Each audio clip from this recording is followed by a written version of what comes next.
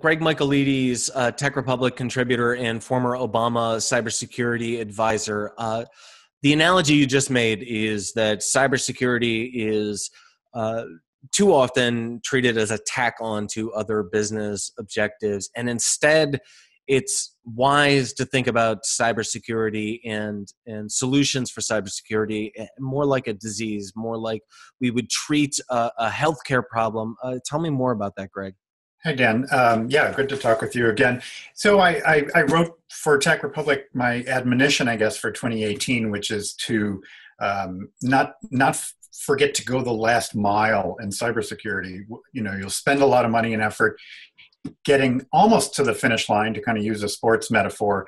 But then in order to really make sure that the policies and procedures and security is getting embedded, that's when I think we really need to see information security as more of a public health crisis. And I have an article that I'm going to be publishing soon that I'm sharing for the first time here with TechRepublic viewers and readers, that treating cybersecurity more like diabetes is actually the way we ought to be approaching this, where you have behaviors that you can train and make habitual and have repeated by your doctor or your caregiver or your teachers, and make those just very regular parts of your life. It's really a behavioral issue more than a technological issue in a lot of ways. I love that metaphor because it is systemic and holistic. You've written down a few questions that every business should address and leaders should ask their CISOs and CIOs. Can you run me through some of these questions that are essential for business to know about cyber? Yeah, essentially what I've found in my own discussions with communicators and CISOs and top leaders on these issues is that your CIO or CISO and your communicators, whether it's internal or external communicators, and even your human resources people, really need to know one another. And the reason is that if you have policies and procedures that you want to have people follow, your internal communicators and your HR people and your onboarding staff can help you get those kind of embedded in actual behaviors. They know what's on the minds of employees. They know how to work with them and to answer their questions and to help translate. So that's a really key piece right there.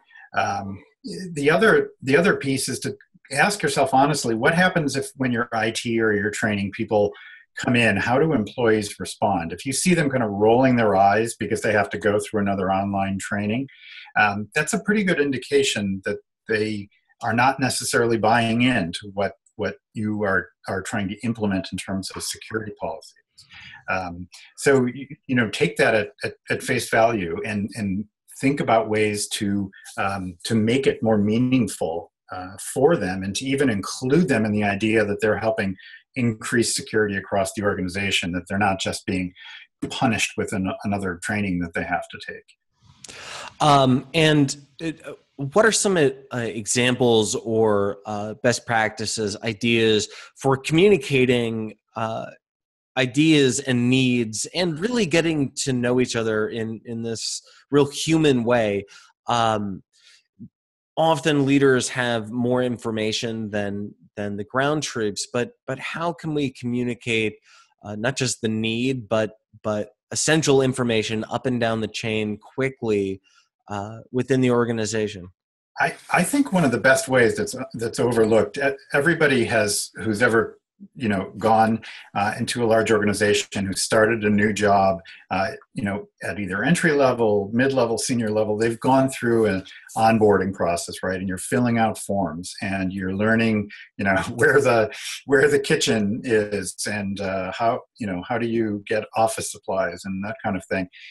But that's also a really good time to transmit to people what the culture is, what the company or the organization or the nonprofit sees as important, and why they treat information security as importantly as they ought to, and that employees should be part of that, as opposed to here are the things that are going to get you in trouble. And I think that's that's sometimes overlooked as a place where you can really make an impression on new employees and help build that culture throughout an organization.